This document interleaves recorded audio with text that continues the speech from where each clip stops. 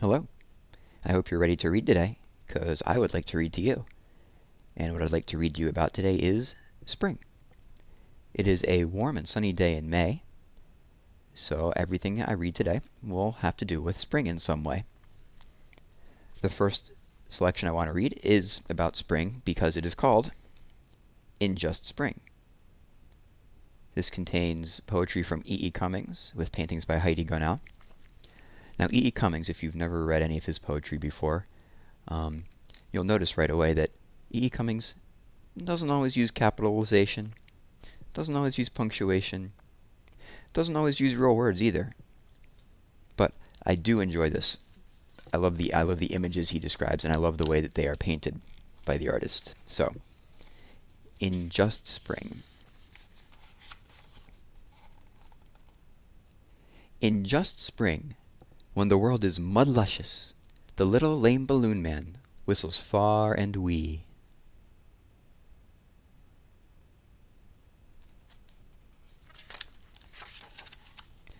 And Eddie and Bill come running from marbles and piracies, and it's spring, when the world is puddle wonderful.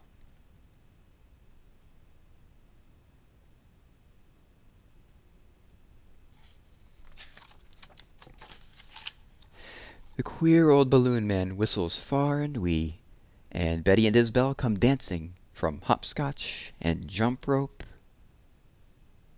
and it's spring, and the goat-footed balloon man whistles far and wee.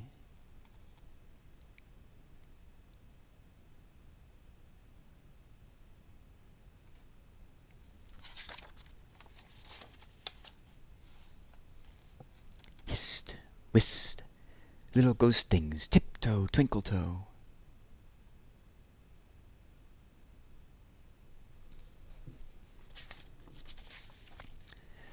Little twitchy witches and tingling goblins, hob-a-nob, hob-a-nob.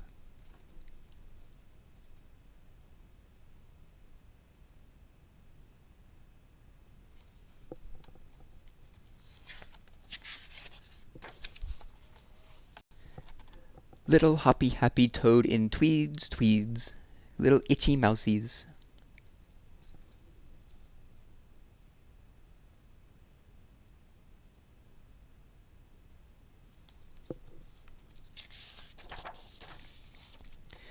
With scuttling eyes, rustle and run, and hide, hide, hide, whisk.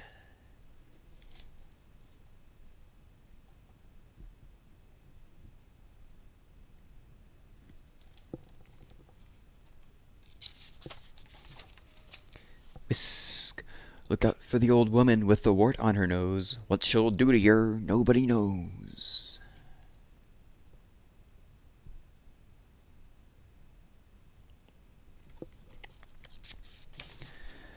For she knows the devil ooch, the devil ouch, the devil ack, the great green dancing devil, devil, devil, devil, wee.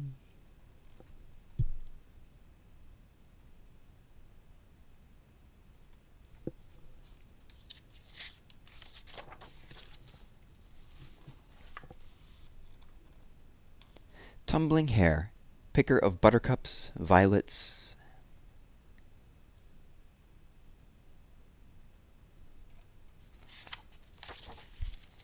dandelions, and the big bullying daisies through the field wonderful.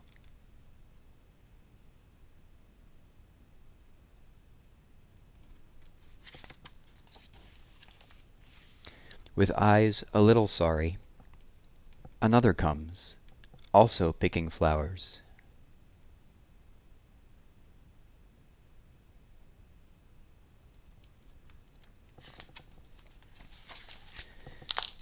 In just spring. The next story I want to read to you is about something that in most years, not right now, but in most years, is always taking place during spring. This is a story about baseball. And specifically, it is about the greatest baseball player in the world.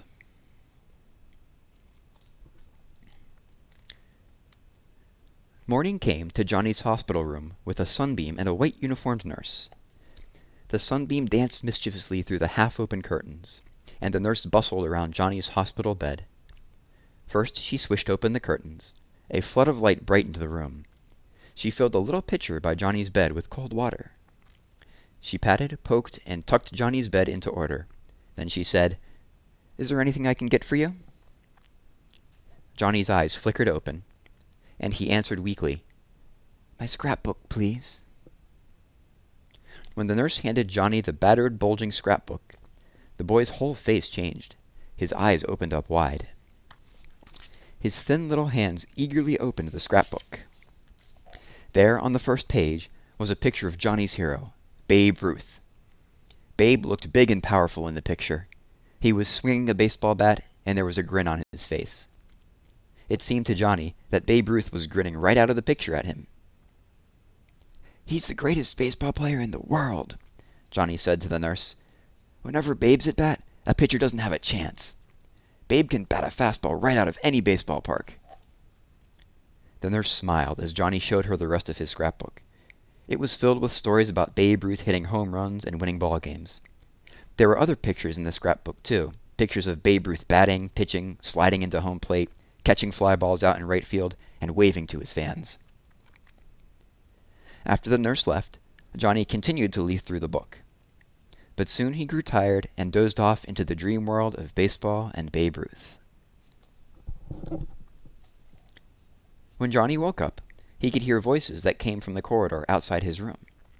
He recognized the voices of the doctor and his parents.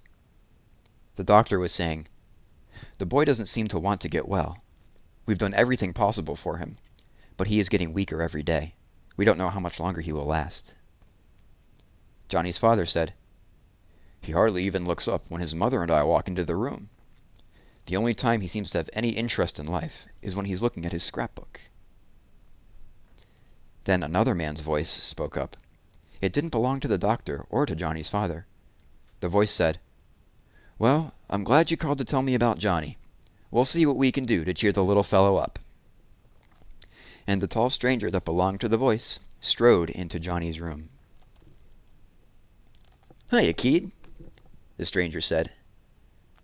He was just about the biggest man Johnny had ever seen. A giant of a man with broad shoulders and a broad grin. He wore a camel's hair coat and a flat camel's hair cap. Johnny shook his head and blinked his eyes. "I must still be dreaming," he thought. "How you doing, Johnny?" the man asked. Suddenly, Johnny felt so happy that he could hardly speak. The man standing at the foot of his bed was his hero, Babe Ruth. "Geez, that really you, Babe?" he finally managed to say. "Yep, and look what I have for you," Babe Ruth laughed. He held out the shiniest, most beautiful baseball bat that Johnny had ever seen. "This is for you, Johnny, and I expect you'll be able to use it pretty soon." Johnny was so weak he could hardly hold the bat, but he managed to take it with both hands. "This is the most wonderful bat I've ever seen," Johnny said. "Is this the kind of bat you use when you hit your home runs?" "Well, the bats I use would be pretty heavy for a boy your age," the babe answered as he took his cap off. "But this one is just as good. You'll be able to give a ball a good swat with it." Johnny's face glowed with excitement. He still couldn't believe that the great Babe Ruth was in his hospital room. Johnny's words came out so fast that they stumbled over each other. "Babe, will you tell me what it's really like playing baseball for the Yankees and hitting home runs all the time and—" Babe held up his hand. "Slow down, Johnny. You get winded that way. Just sit back and relax, and I'll tell you all about it." So, the most famous baseball player in the world sat down beside Johnny and started telling him about baseball.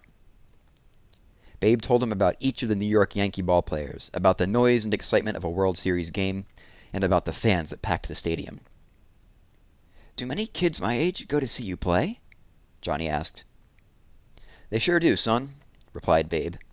He settled his broad shoulders back against the chair. "Why, one afternoon I was playing out in right field when all of a sudden a little guy about your size came dashing out onto the field. He ran up to me, held up a scorecard and pencil, and said, 'Hey, Babe, will you sign my scorecard, please?' Well, I sure couldn't turn the fellow down after that after he ran all that way. So I took off my mitt and signed his scorecard. And then the commotion started. All the kids in the stands grabbed scorecards, papers, and pencils, and an army of them started rushing onto the field. Pretty soon there were so many boys around that I could hardly move.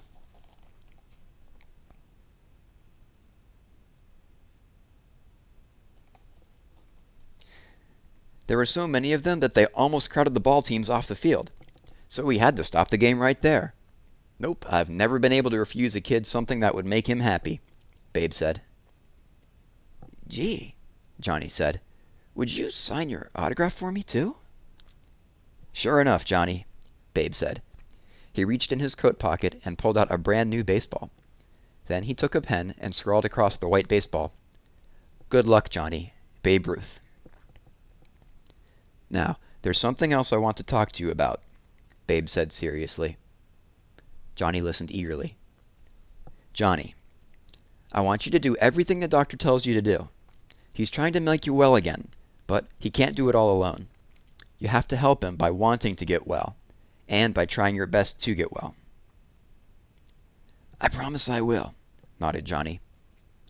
And, if you take care of yourself, you'll soon be out with the other boys playing with this ball and bat, Babe said.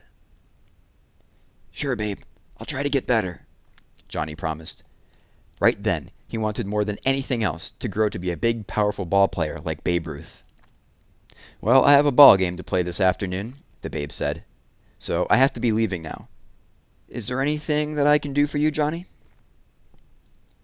Johnny thought for a short moment. Then he said, The thing I'd like best in the whole world is for you to hit a home run in the game this afternoon. Babe laughed. Okay, Johnny, I'll do that. I'll hit a homer just for you this afternoon. Then the big fellow put his cap back on. Goodbye now, Johnny. Goodbye, Babe. I'll always remember everything you said today, said Johnny. And I'll hit that homer for you, the Babe promised, as he waved and walked out of the room. That afternoon, the fans at Yankee Stadium cheered wildly when the mighty Babe Ruth hit a home run. But none of them knew what a little boy on a hospital bed knew. And none of them was happier than that little boy, because Johnny knew that Babe Ruth hit that homer just for him. 20 years later, it was Babe Ruth who was sick. He had just come back from the hospital when he had a visitor. It was a healthy-looking man about 30 years old. It was Johnny. Mr. Ruth, I've come back to thank you, Johnny said. 20 years ago, you gave me a baseball bat and a baseball. But you gave me much more than that. You gave me a will to recover, and that saved my life. Thank you, Babe. Babe Ruth just smiled modestly and said, I knew you'd make it, Johnny. Here are some more pictures of Babe Ruth playing baseball.